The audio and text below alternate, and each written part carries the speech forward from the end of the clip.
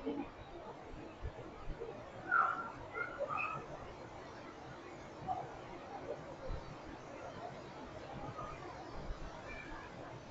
satu. Fatihah. Fatihah.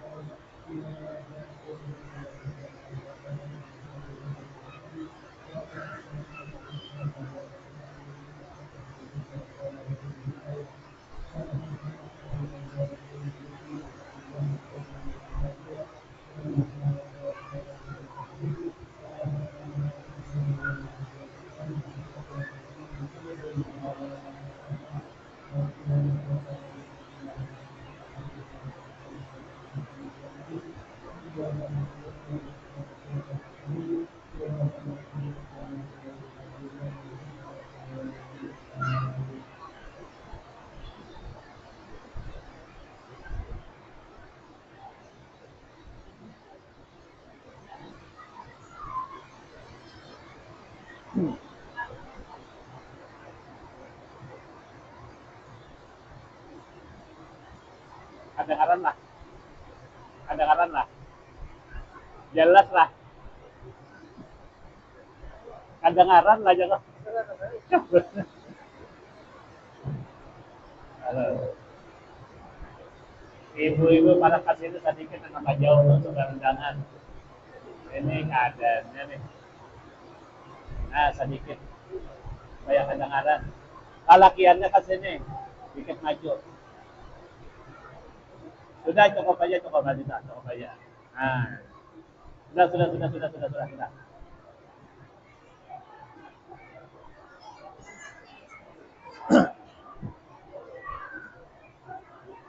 أعوذ بالله من الشيطان الرجيم بسم الله الرحمن الرحيم الحمد لله رب العالمين والصلاة والسلام على أشرف الأنبياء والمرسلين سيدنا ومولانا محمد وعلى آله وأصحابه أجمعين قال رب اشرح لي صدري أمري واحلل عقدة من لساني يفقهوا قولي سبحانك لا علم لنا إلا ما علمتنا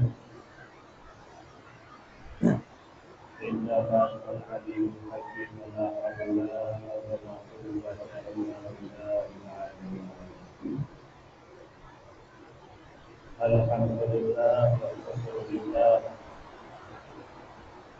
saat ini kita dapat kembali berkumpul dalam rangka melaksanakan acara rutinitas kita yaitu Ta'limil Ilmi, yaitu adalah mengulang kaji kembali tentang ilmu agama yang memang senantiasa dianjurkan oleh Rasulullah.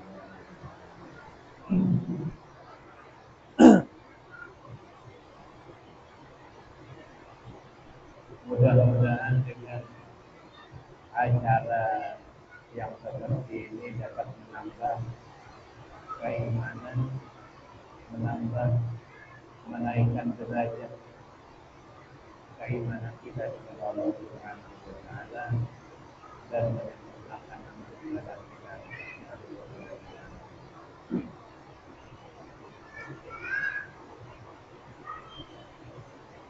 Alhamdulillahirabbil alamin, sambungan daripada pengajian kita yang lalu.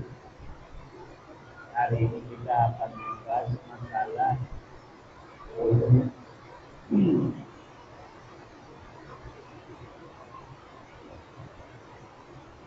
diriwayatkan oleh Imam Bukhari dan Muslim daripada Abu Hurairah radhiyallahu taala anhu anna Nabiy sallallahu alaihi wasallam qala la yaqbalu Allahu salata ahadikum idza ahdatsa hatta yatawadda.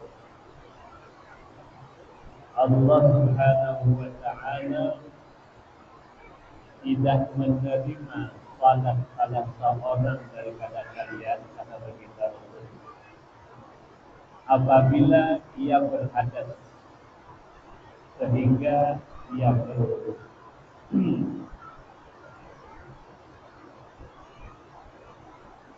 Abu Sa'id meriwayatkan daripada Ibnu Mas'ud radhiyallahu taala anhu diperintahkan terhadap salah seorang hamba Allah Subhanahu wa taala untuk dipukul di dalam tubuhnya sebanyak 100 kali kapur dengan tiada henti-hentinya.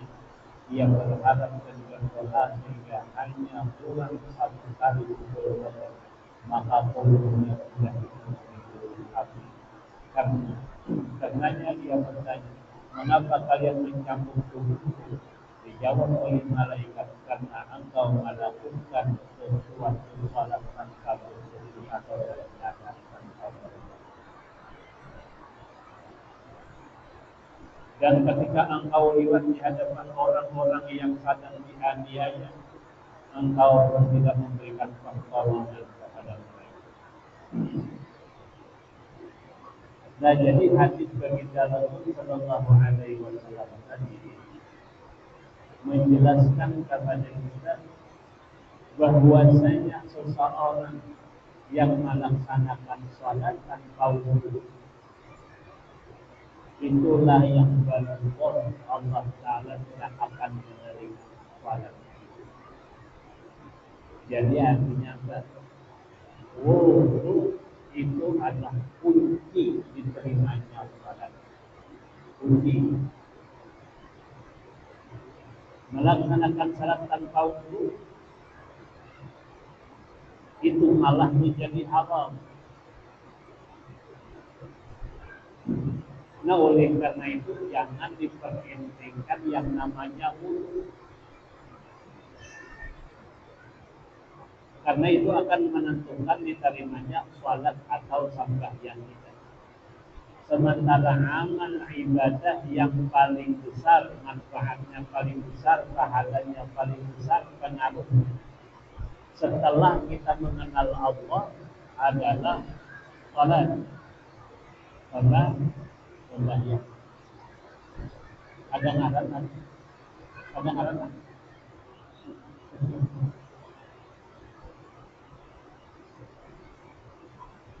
Nah, jadi itu penting banget kita ketahui secara detail. Kita ketahui secara detail. Manakala salat itu tidak diterima oleh Allah Subhanahu wa taala, maka akan berakibat kepada ibadah-ibadah yang lain. Salat tidak diterima Allah taala, maka ibadah yang lain pun tidak diterima Allah. Ini hebatnya salat. Nah, salat pun tidak akan pernah berhasil kecuali wudu.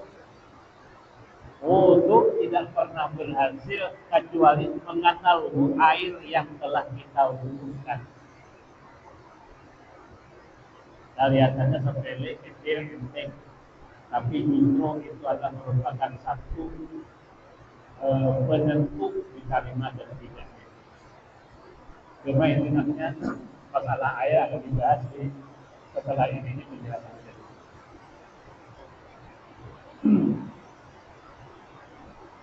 Dan manakala kita berwudu, manakala wudu kita sempurna, lantas kita melaksanakan salat kita akan diterima oleh Allah Subhanahu wa taala.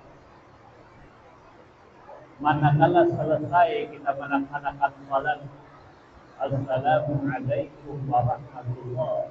Assalamualaikum warahmatullah. Dengan wudu yang sempurna, salat yang sempurna, kemudian selesai kita salat, Allah telah memberikan tawaran kepada kita. Wahai hambaku yang berusaha, selesai melaksanakan salat, engkau aku persilahkan untuk memasuki surgaku surga manapun yang engkau inginkan. Surga itu ada 8. Itu dipersilahkan Allah Ta'ala. Orang yang selesai salat dengan sempurna, dipersilahkan Allah Ta'ala untuk memasuki surga yang mana yang dia inginkan. Nah, tapi salat baru bisa sah manakala hukumnya benar. Nah, makanya di sini pengarang memulai dengan wudu. Bukan berarti kita kada tahu, cuma kita cuma kaji ulang. Kita kaji ulang.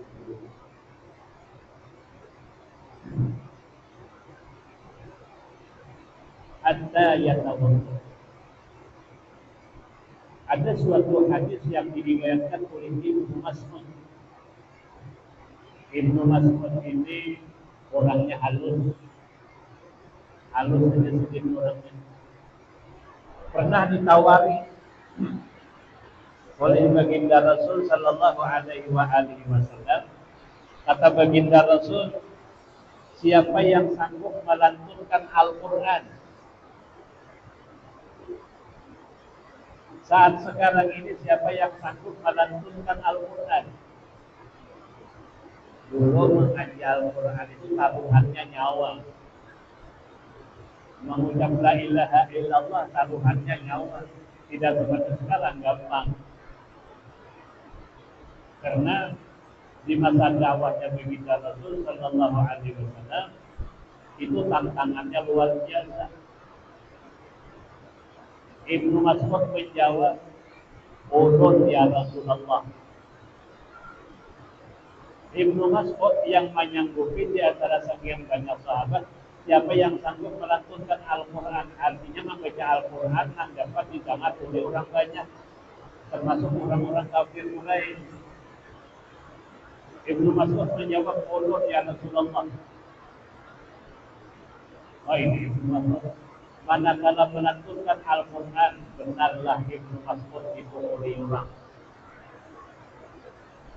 Dihajar habis-habisan sampai pingsan Ibnu Mas'ud. Namun manakala sudah sadar, beliau kembali membaca Al-Quran. Ini kehebatan Ibnu Mas'ud. Nah, Ibnu Mas'ud inilah yang meriwayatkan ini hadis. Diriwayatkan oleh Ibnu Mas'ud. Ujar baginda Rasul Sallallahu Alaihi Wasallam, diperintahkan terhadap seseorang hamba Allah Subhanahu Wa Taala untuk dipukul dalam kubur selama 100 sebanyak 100 kali. Dipukul 100 kali. Kalau yang namanya kubur itu dipukulnya dengan cambuk. Menurut kalau kita membaca cerita alam kubur, orang yang dicambuk dengan kubur itu 1 kali, orang yang dicambuk dalam kubur itu 1 kali, maka 1 kali pukul itu kubur itu penuh dengan api. Atau itu penuh. Ada dasar salahnya lagi. Penuh dengan api.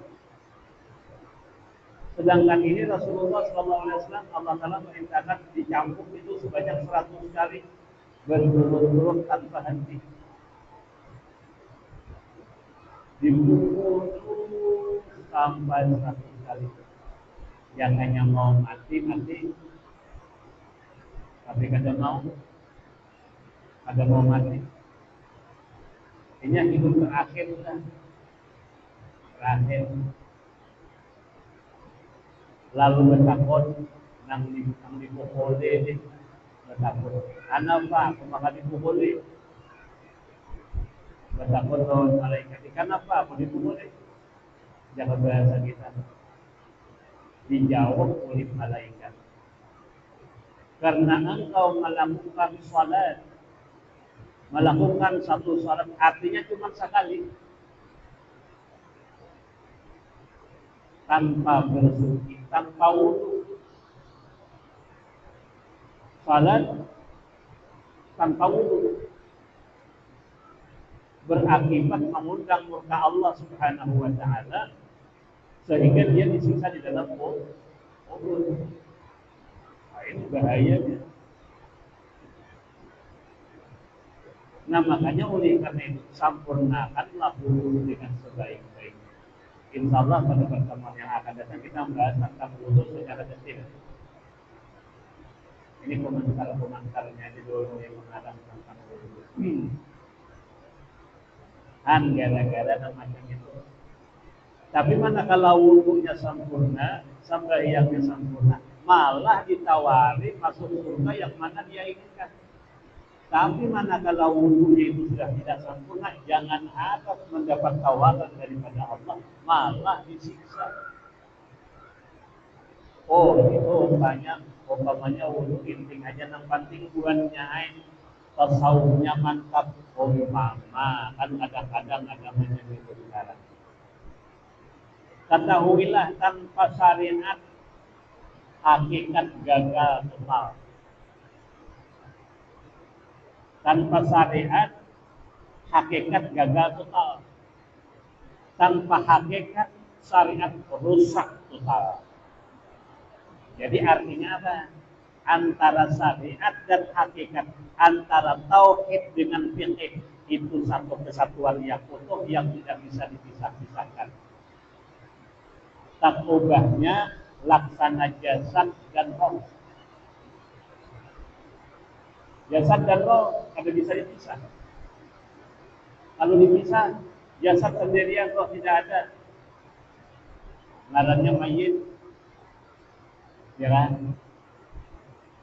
Roh sendirian tanpa jasad, apa orangnya kan antuk bertayangan. Ya Allah. Nah, jadi kan bisa dipisah antara roh dengan jasad. Manakala gabung antara roh dan jasad, jadilah insan.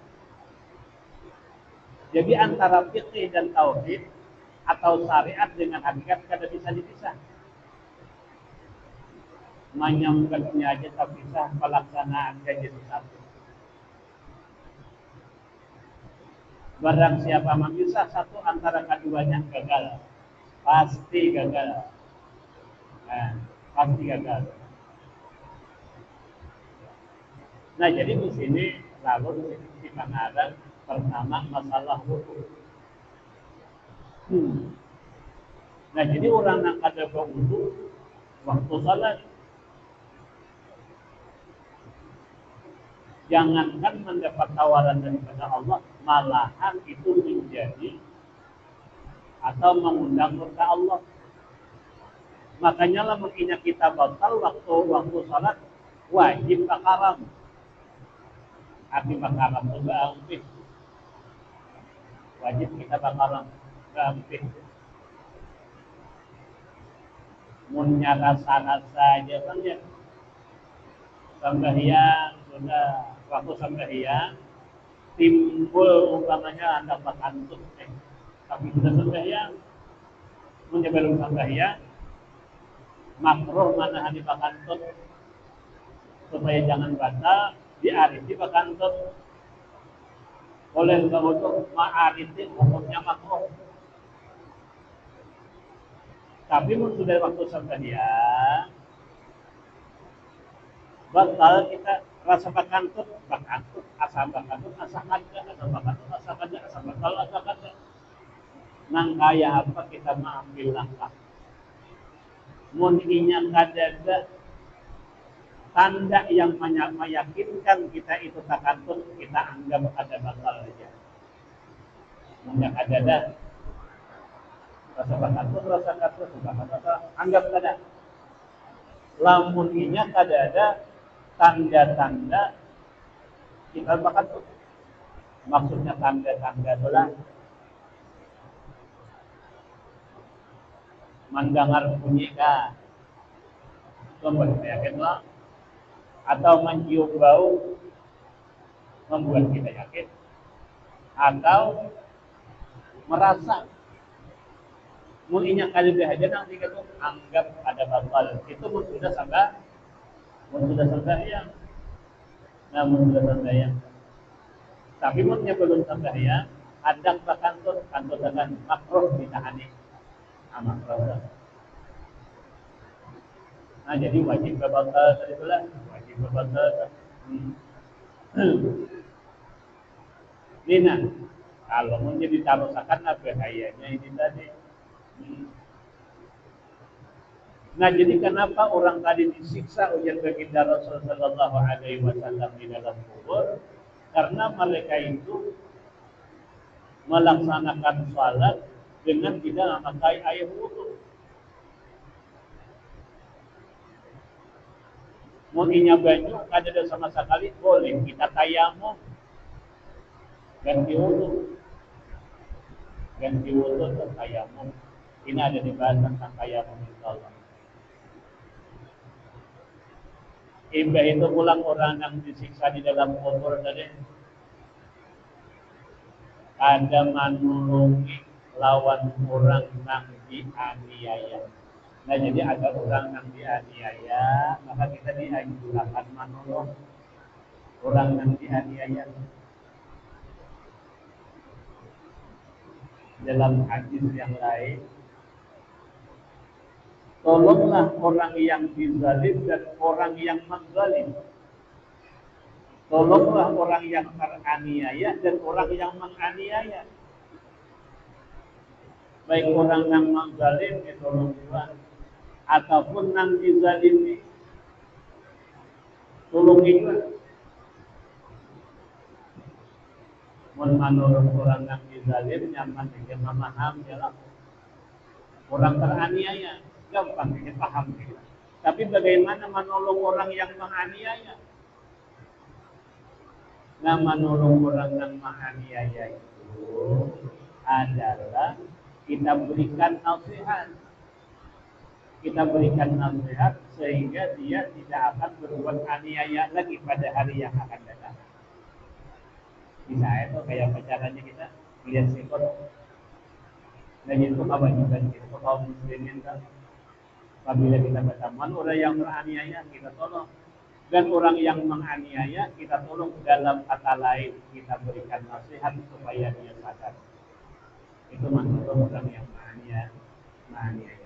Apabila ada kawan kaya itu kita bahayanya itu tadi. Ini mau ada kemampuan lah, ada kemampuan. Lain kisahnya pulang. Ini ada kemampuan. Menolong itu ada kemampuan. Yang ada kemampuan, seorang menjadi murid tak ada apa-apa. Idza tawadda'a al-'abdu taqatan an wudu'uhu kama taqatan walahu hadhihi sajarah. Apabila berwudu salah seorang, apabila seseorang itu melaksanakan wudu, maka gugurlah dosa-dosanya sebagaimana gugurnya daun kayu. Kita tuh berwudu. Hebatnya air wudu, manakala kita berwudu, maka jatuhlah dosa-dosa itu seiring jatuhnya air wudu. Itu hebatnya air wudu. Makanya orang yang katujuh berwudu, katujuh sembahyang, mukanya itu jernih, nyaman dipandang. Sebaliknya orang yang tidak sholat, tidak mau wudu, bagaimanapun dipoles mukanya tetap kelihatan tanda-tanda tidak sholat, tetap kelihatan. Beda. Karena aura wudu itu sangat apa saja kita sangat nyata. Sangat nyata. Pernahkah kita melihat muatuan bulu muar? Tidak pernah. Padahal tuan guru itu nuha sidin kira kurus sidin daripada itu. Tapi kita melihat si itu senang. Kenapa? Pengaruh daripada kesuhan guru.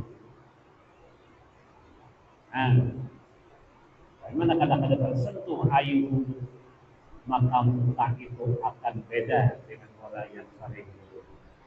Secara logika, akal, suatu benda setiap hari dibasuh 15 kali. Umpama, kan kita wudhu tuh paling sedikit sehari semalaman tuh 5 kali. Setiap basuhannya 3 kali, 3 kali 5, 15. Ya kan? Nah, benda yang setiap hari dicuci sebanyak 15 kali dibandingkan ditakayakan lawan suatu benda yang kada pernah dibasuh, itu insya Allah bedanya itu jelas. Macam itulah kita, macam itulah roh kita yang selalu dicuci dengan air wudhu. Maka kita itu aura daripada keadaan kita itu beda dengan yang tiada wudhu. Karena wudhu itu nur. Wudhu itu nur. Wudhu nur, ibadah nur. Sama ibarat wudhu nur, ilmu nur. Jadi salah satu ujar guru bahari manut ilmu itu namanya mun supaya lakat paham dan melaliki wudhu dahulu. Karena ujar sini kalau ingin kita berwudhu itu sudah kita punya nur. Nang masuk nur lakat banget. Ini ada buku ada bapak ini kisah malakasakan. Kisah malakasakan. Saking nurnya wudhu itu pernah Sayyidatuna Aisyah radhiyallahu taala anha ngobrol dengan Nabi. Ngobrol dengan baginda Rasul sallallahu alaihi wa alihi wasallam. Ya Rasulullah, betapa susahnya engkau untuk mengenali umat sampean di waktu hari kiamat. Jujur kalau mulai Nabi Allah Adam sampai manusia terakhir dikumpulkan dalam satu tempat. Alih banget. Rasulullah menjawab, ujar Rasulullah sallallahu alaihi wasallam, tidak susah ya Aisyah.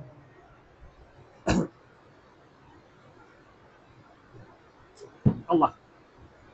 Janganlah. Tidak.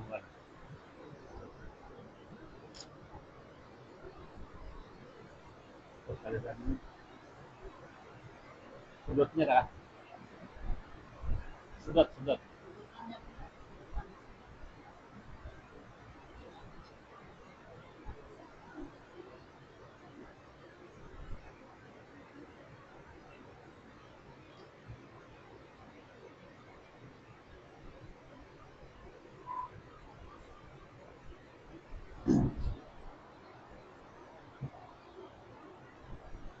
Sampai di mana ketika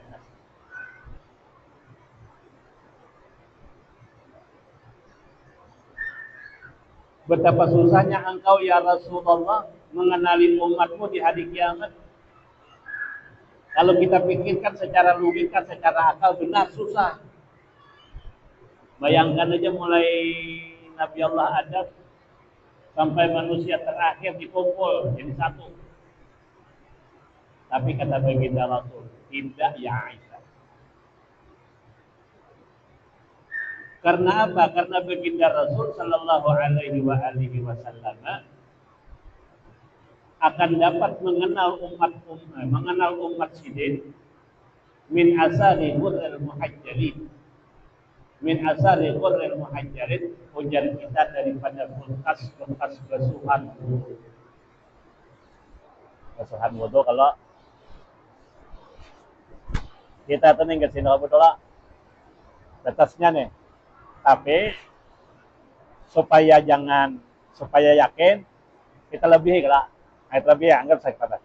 Nah ini gural muhajalinnya tuh kan. Kalihatan nih.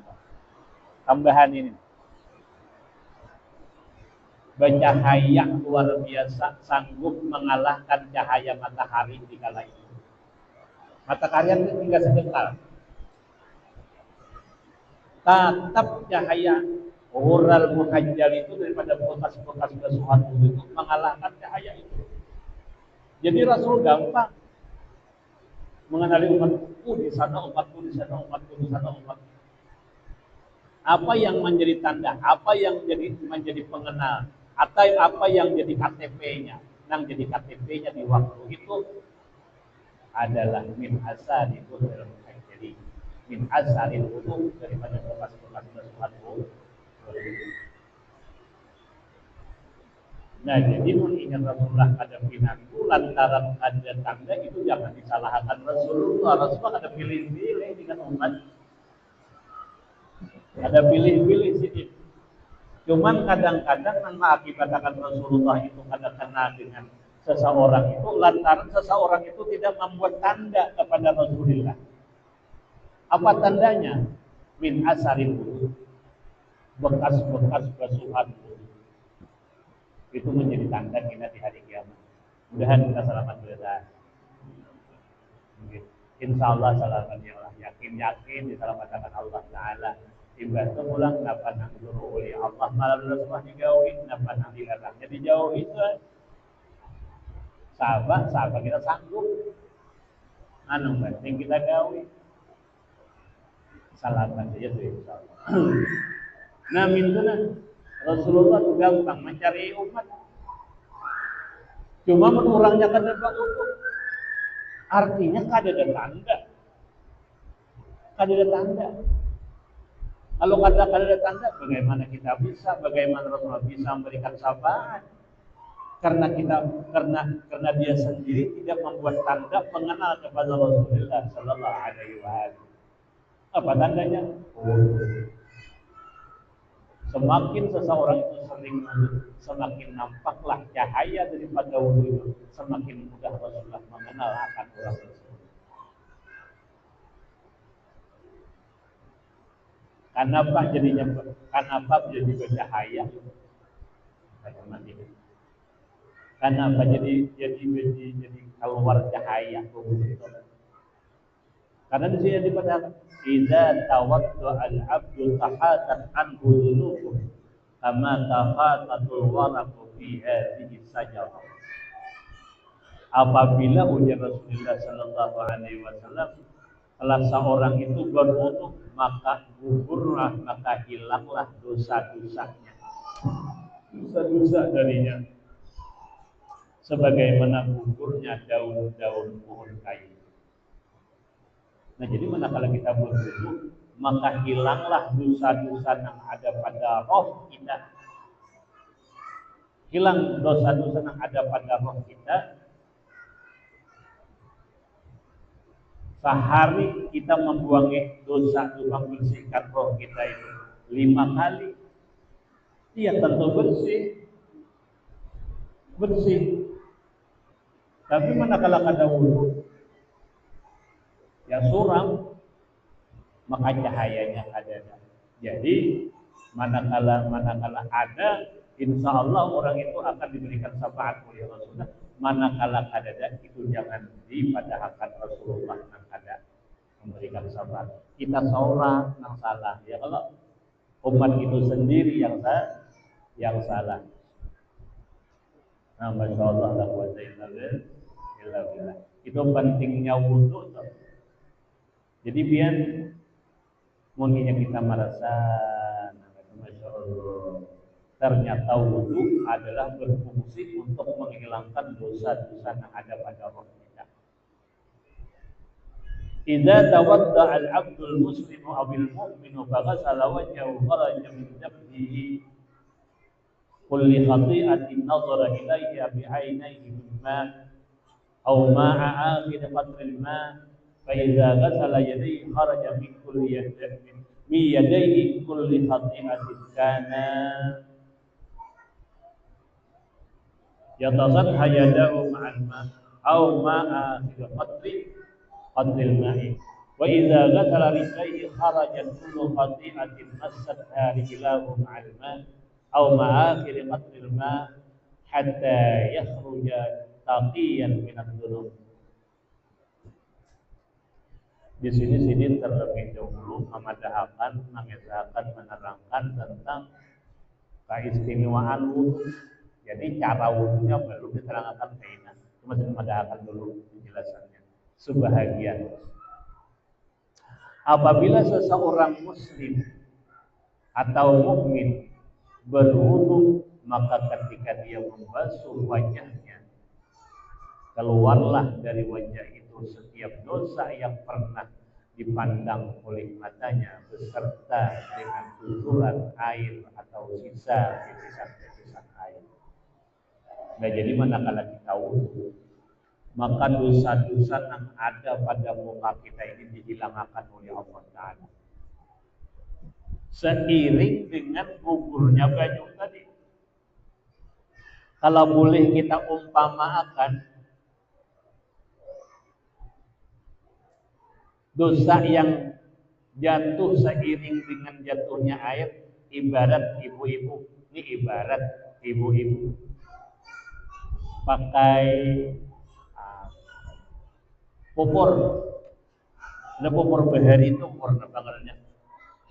Nang ulahan tuh namanya. Nang putih itu popor beras berendam. Kalah. Ini biasanya bibian bahari. Kalau nyemangat tampulok, kanda, opornya lah. Hujan pun apa maka kanda gitu, supaya muha jangan hilang. Ya kalau bibian ini muha ini sayanginya benar. No, supaya jangan tampilinya ini. Popornya popor besar orang biasa nyampe. Nang diulah, beres, direndam. Ya lah bro. Nah, sing hafal, biniannya. Karena begiling-giling, karena dibuatin yang segala dengan pandan, akhirnya itu kan apa jadi buat pandan supaya bau masamnya hilang. Bau masam tuh. Nah, dipupurakan. Nah, manakala berpupur tadi, muka ini melekat lapor. Coba-coba bawa-bawa batang pungas. Hilang ada pupur tadi. Hilang. Hilangnya pupur itu seiring dengan gugurnya baju yang kita pungasakan. Macam itulah wudhu yang ada pada muka kita. Hilangnya dosa yang ada pada muka kita. Pada waktu kita berwudhu, seiring dengan jatuhnya air wudhu, seiring itulah hilangnya dosa yang ada pada muka kita. Ibarat nang kayak orang berpupur di bawah batang pungas. Tak imbai lawan baju pupur, tak imbai dosanya pupur. Cuma syukur alhamdulillah kada dilihatkan orang, kada dilihatkan Allah Ta'ala dosa. Jangannya dilihatkan Allah Ta'ala biar dosa itu gugur lapah banget kita berwudhu. Ya kalau coba abu dosa basuhan gugur dosa itu banyak hilang. Ada kawan lagi kita untuk akan balik 5 depan. Basuh pulang, hirang pulang, balik 10 depan. Membasuh muha aja 10 depan. Ya kalau tapi Allah bijaksana kada dilihat angkat kekotoran dosa itu.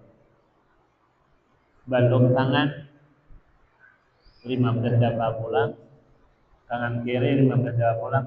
Sudah 45 depan berjalan 3 rekahnya melawan tangan.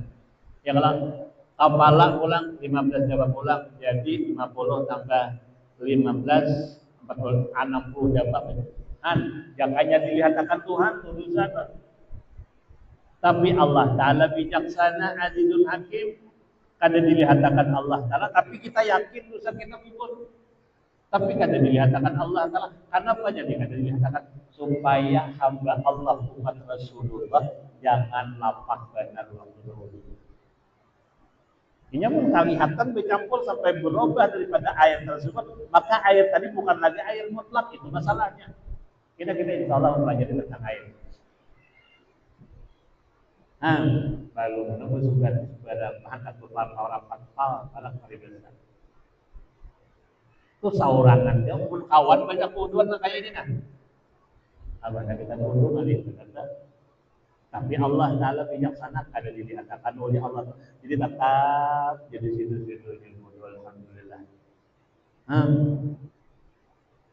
itu untungnya lah itu bijaksananya itu untungnya kita di Tuhan Allah Taala nyaman akan terus di Allah Subhanahu wa taala. Imbah hari kiamat kita bercahaya pulang sehingga Nabi gampang mengenali umatmu ini umatku. Manakala syafaatul uzma sudah berlaku dapatlah kita syafaat daripada hadrat Rasulullah sallallahu alaihi wasallam. Tapi mun kada bau tu tandanya kada misalnya orang dapat beres ada orang dapat beres diupak atau lurah lah apa halnya ras skin itu beres skin lah ada tuh apa kamarnya bilangnya banyak di situ olahraga ada keluar tuh malih bener ya menurut sudah ke kantor banyak orang kumpulan itu dapat sumbangan beras sekian ada minyak undangan ada di talo ujar nih kalau kita dapat juga diberi orang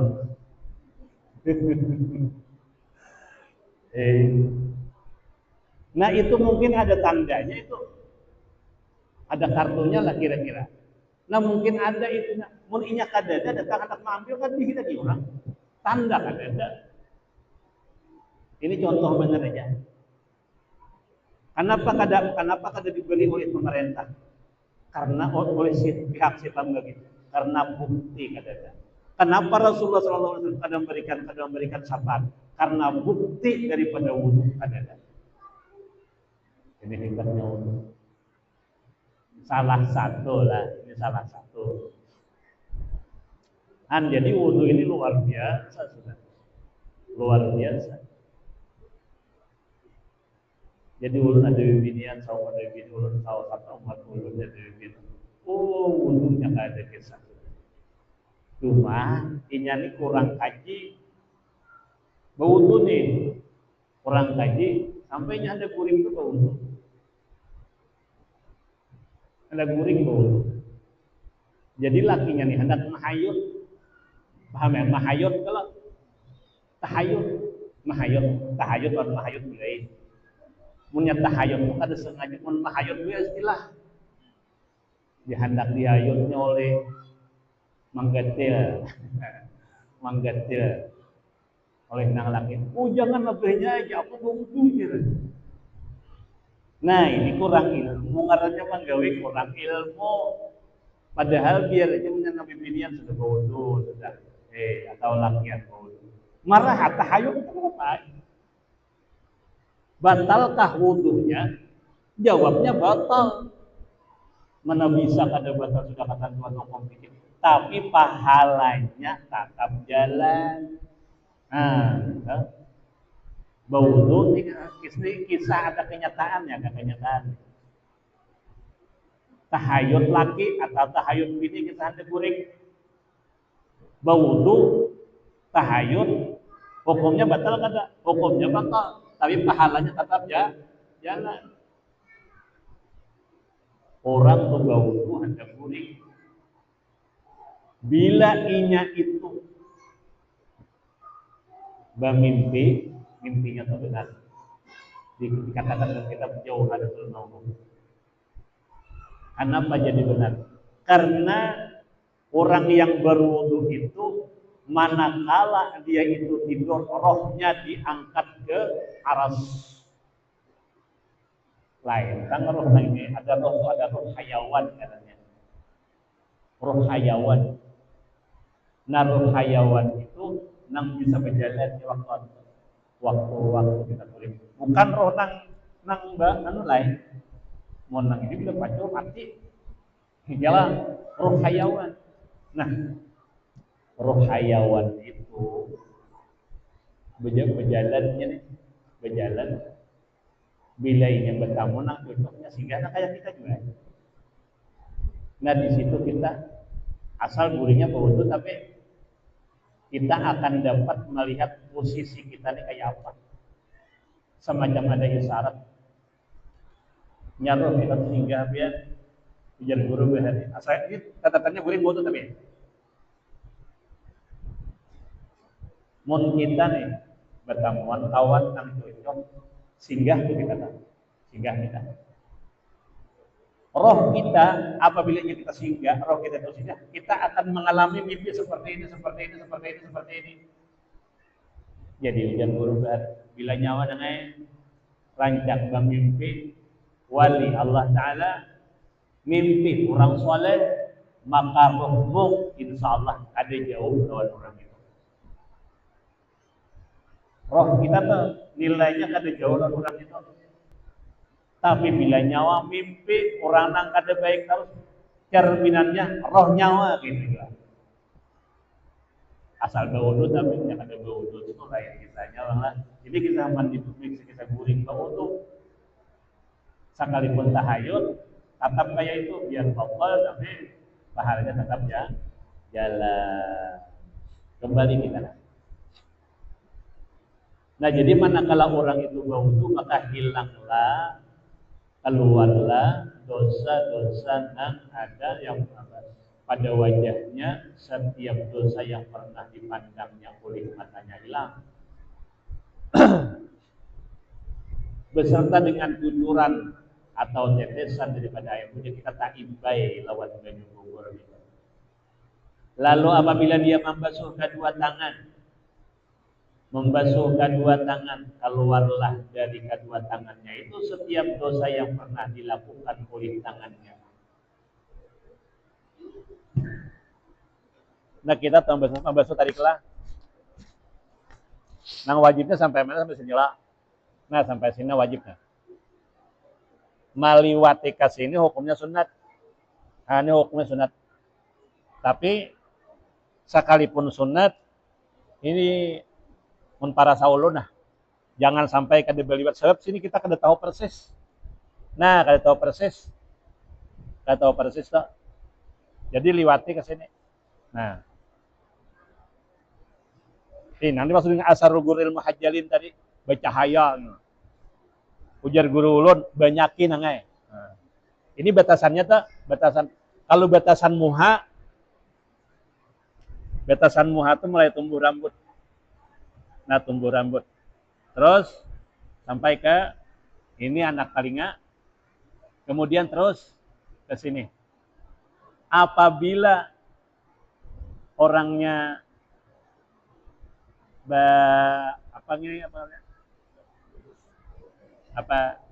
jabis jambang tali todong. Nah, ampun maaf nah kayak Habib nih ada belah itulah. Nah, itu tuh wajib basah. Lamun inya jarang. Lamun inya tebal kada wajib menyampaikan ke kulit maksudnya. Nah, basuhnya. Nah, basuh.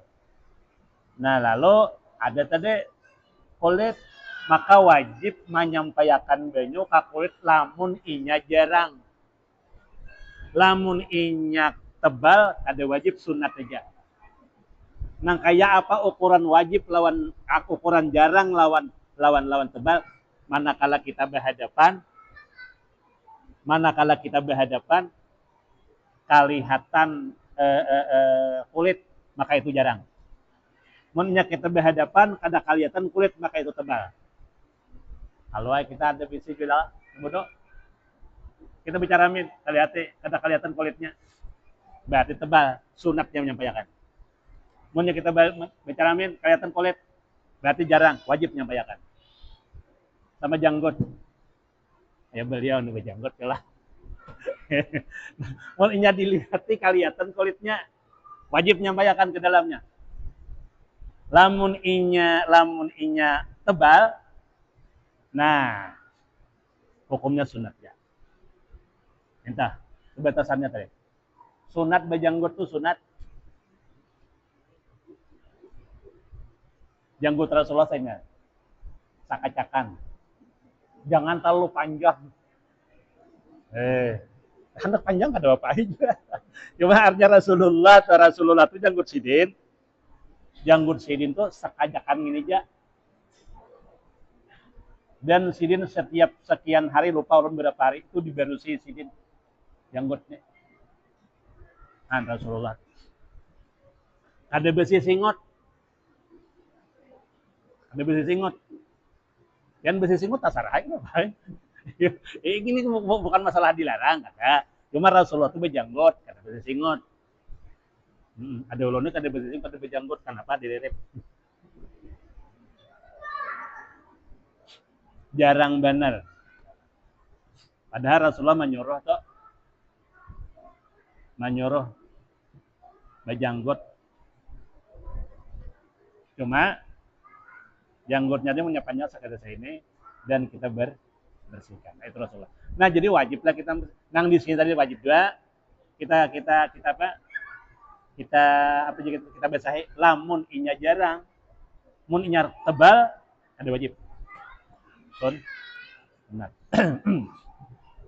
Teruslah. Nah, lalu naklah. Jujur.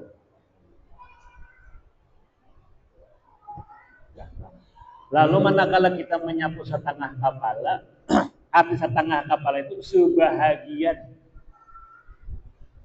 Setengah bukan sepanggal. Setengah itu sebahagian kepala.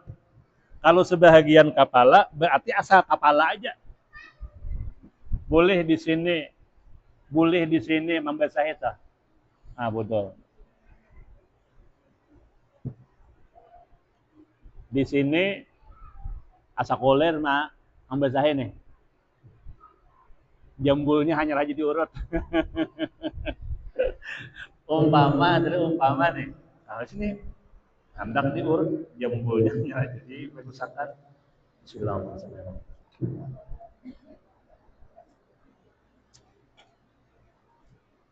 Boleh aja ke sini. Atau boleh ke belakang. Nah, boleh di tengah-tengah, asal di sebagian kepala. Batasannya paling sedikit 3 helai rambut basah. Itu paling sedikit. Basuhan wajib. Kalau ada kata kalimatnya menyapu sekalian kepala itu nang sunat. Karena ada bicarakan. Tapi kenapa dianjurkan di sini? Dianjurkan di sini kenapa? Karena kalau kita menyapu setengah kepala ini di sini, di antara hikmahnya adalah keluar roh itu nyaman. Karena roh itu kalau terakhir dicabut dari ujung jari kaki sampai kali tohot ini yang mencabut tuh yang 70 malaikat yang masuk adalah memarah roh. Adanya gampang dicabut roh. Nah, jadi mulai ujung kaki terus ke dengkol, ke lutut, kali tuhut itu 70. Dari dengkol, dari tuhut ini ke pinggang 70 pulang nang marah. Dari pinggang terus ke sini ke kolkos ini 70. Sampai ke sini sudah 210 malaikat pengurus. Menurun kadang-kadang itu dulu pada dicabut itu diparah. Sakit banget. Udah selamatan udah. Makanya apa diparah tuh. Tahu lapiat wadai rangai. Ulun kami bang nyebut wadai rangai. Wadai rangai itu jauh diparut, dibuat dalam kain, dipulas, lalu disumap, dimakan, mencacap lewat gula bang, karena wadai rangai. Kian bang namanya bang? Hah? Lain. Gampang itu langsung diaduk. Protes dulu yang lain. Itu kami itu menyebut pada rangai beberapa aja nampak pokoknya kayak itu anu tadi diparah dulu lalu disumap, sudah disumap masak memakan dulu dicacap gula bang yang berjalan tadi. Nah, minta diparah nah roh kita tuh diparah mobilnya parah. 70 malaikat. Dari sini ke sini 70, dari sini ke sini 70, 210 belum selesai. Pencabutan roh ada gampang. Disitulah penentuan tetap keimanan kita kepada Allah atau pada. Dan disitu pula lah iblis alaihi laknatullah melancarkan fitnah besar-besaran yang terakhir. Maksudnya di situnya kada mengganggu urusan ibadah lagi, nang diganggunya urusan akidah. Anda bisa katakannya. Kalau aja ini mungkin urusan ibadah. Sebab kita masih ingin ibadah, tapi terakhir nanti urusan akidah. Nah, itu oleh iblis ya, oleh ya sampai. Nah setelah itu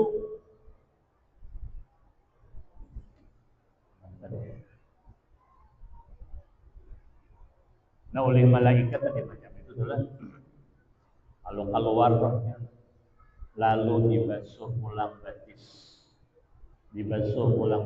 keluarlah dosa-dosa dari kaki kita itu tadi, yang mana kita pernah melakukan dosa dengan kaki-kaki kita.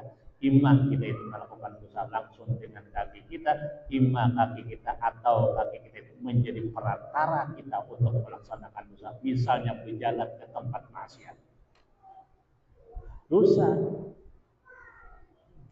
Tapi dengan wudu hilang. Nah ini istimewanya wudu. Nah kira-kira kamu pernah di dulu lah. Nah ini ada perlu kan? Ini Habib Ali bin Ahmad Mulakailah. Lalu Sidin ada ingin mengijazahkan satu amaliyah Ratibul Haddad yang dikarang oleh Al-Habib Abdullah bin Alwi Al-Haddad, yang beliau ini mencapai menyandang wali kutub 60 tahun, insya Allah mudah-mudahan jangan kelupaan, itu mencapai 60 tahun menyandang wali kutub, masya Allah.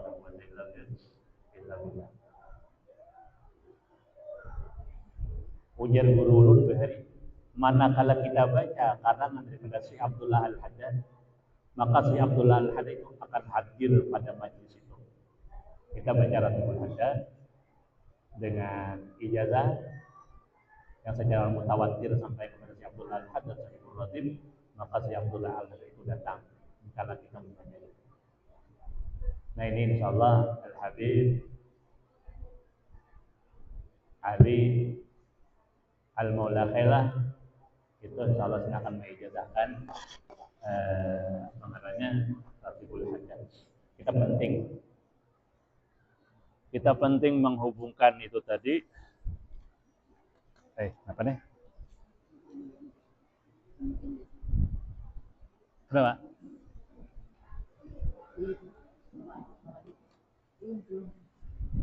Halo. Benyala aja nah. Banyak kan benyala aja. Halo.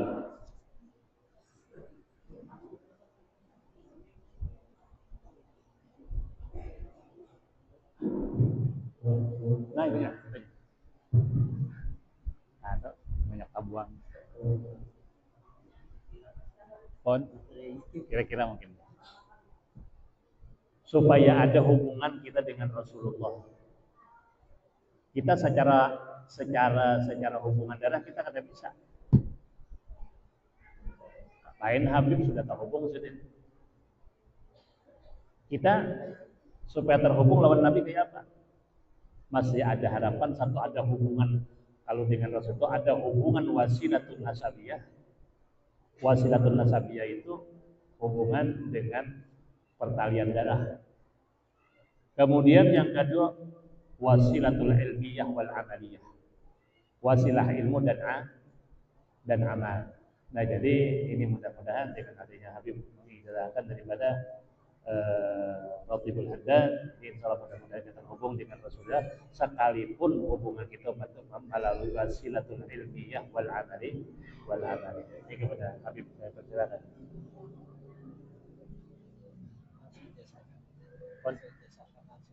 Iya. Ya, bagus bagus. Ya.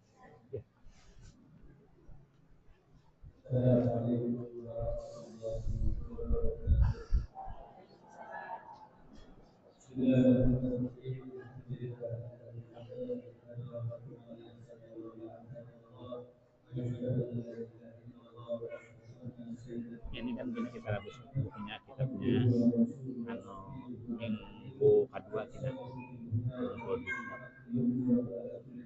kadang ongkos kita barang. Udah baiklah.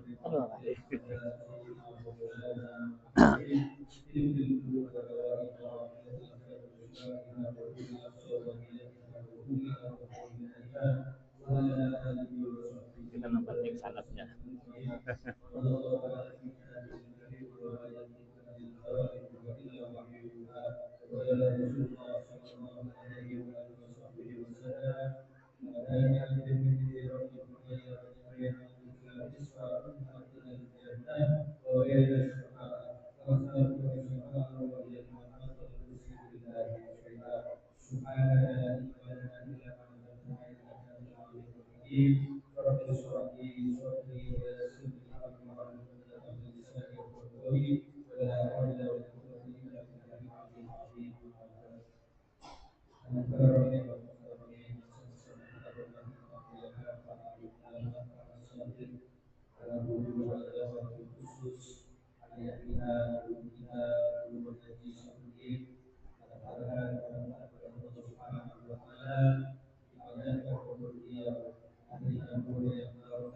Amin. Amin.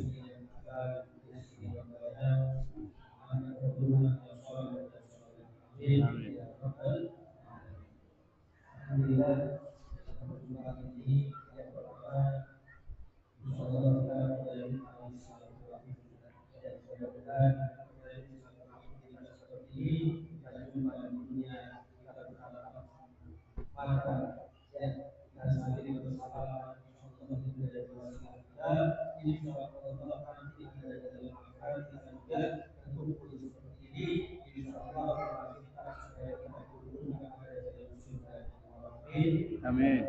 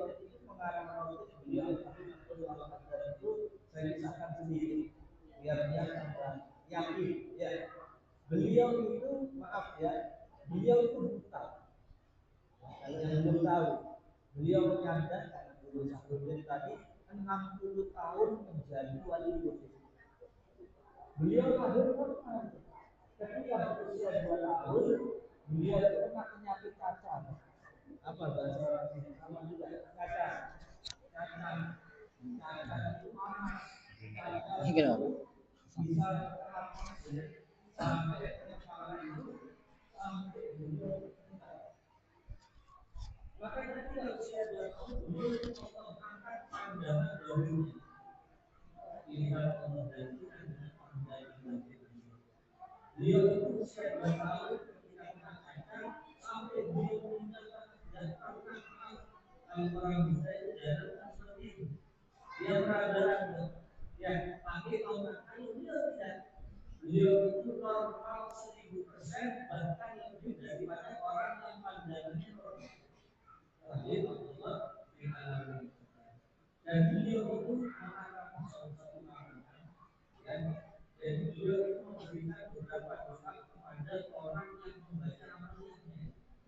Doa yang pertama yang beliau berikan itu sama.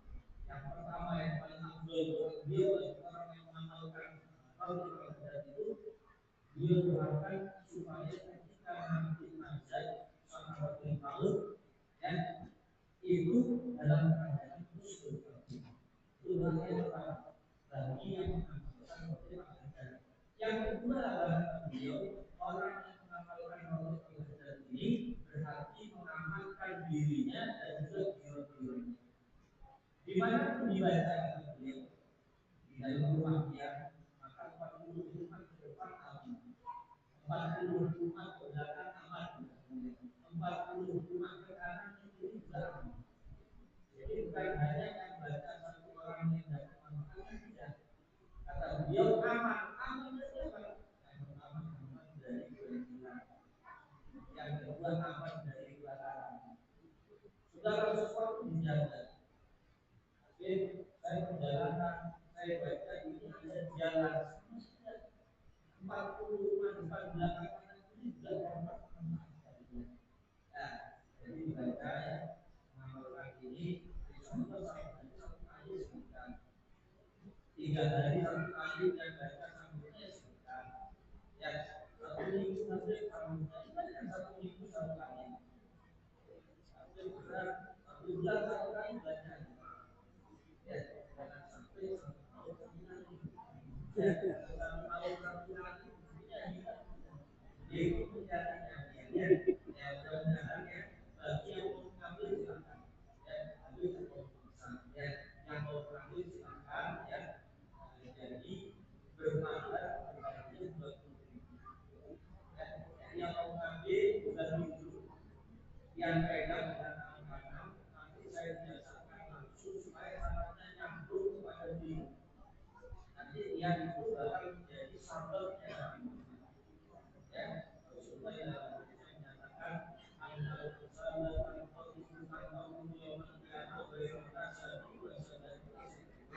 dan yang mengambil silakan dilakukan ya dilakukan satu-satu melanjutkan mereka yang laki-laki dan yang perempuan setelah itu saya jelaskan. Nah, jadi bagiannya 2 kali pertemuan ya sebulan jadi yang ini berat kalau seandainya mungkin hari ini ada 2 minggu yang didekat pada 21 ya yang mau kami silahkan berijazah dulu kepada saya ya silahkan kemudian bagi ya.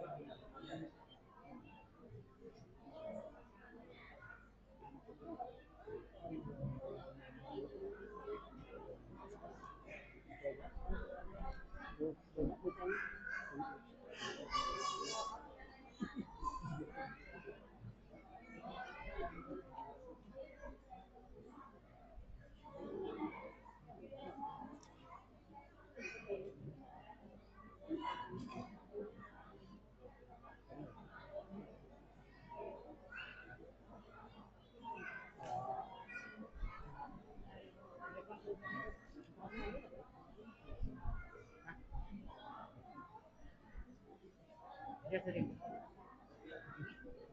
Seguro. Kelabinan. Ya, cukup aja.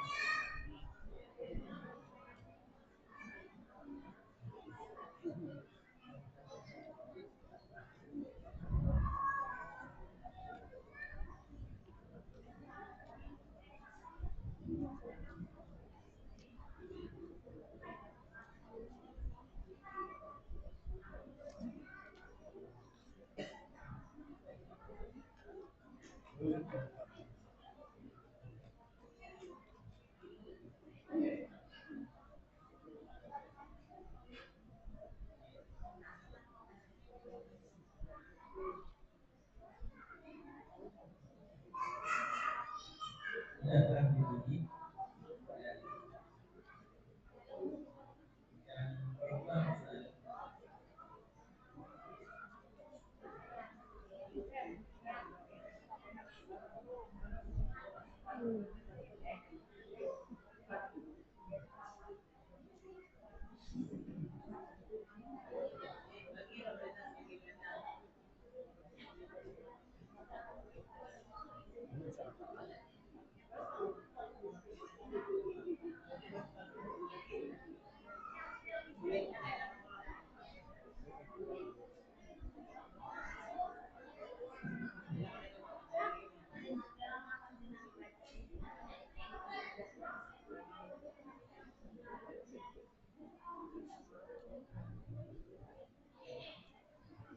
Jadi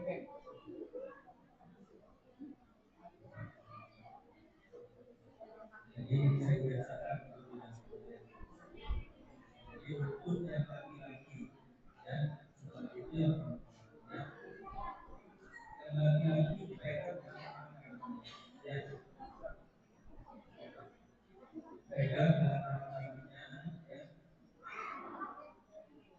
Yang ikuti saya ya sudah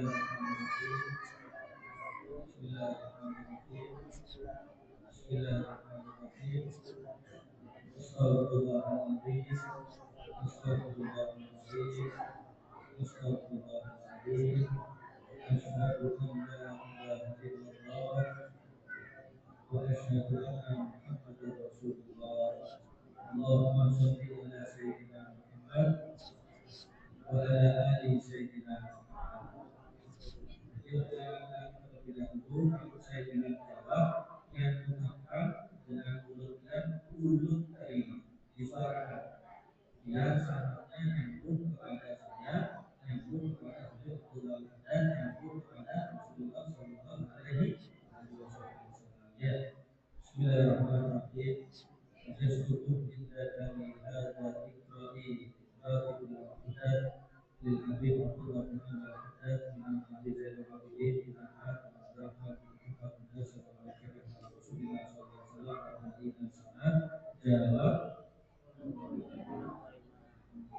Sekarang yang perempuannya diucapkan bila bilang jawab dan diucapkan dengan suara ulur terima. Bismillahirrahmanirrahim. Bismillahirrahmanirrahim.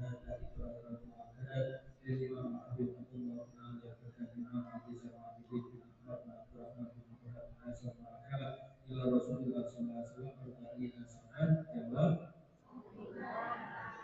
mudah-mudahan kita bisa mengamalkan.